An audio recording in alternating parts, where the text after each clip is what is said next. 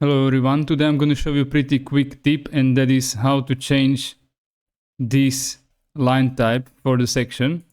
As you see, I have a building section in here, and if I want to modify this section line, I do not have anything in my type properties or my instance properties. So if I want to actually change this line to be a different line, I have to go to object styles in this case, and go to annotation objects, find my section line, and you can see here there is a line pattern. So if I want to change this to be not solid line, but let's say a dash dot line, I have to do it in here from annotation objects.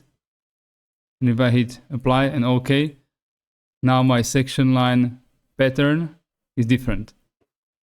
So this is a little bit hidden, but that's how you change your line style for your sections in Revit.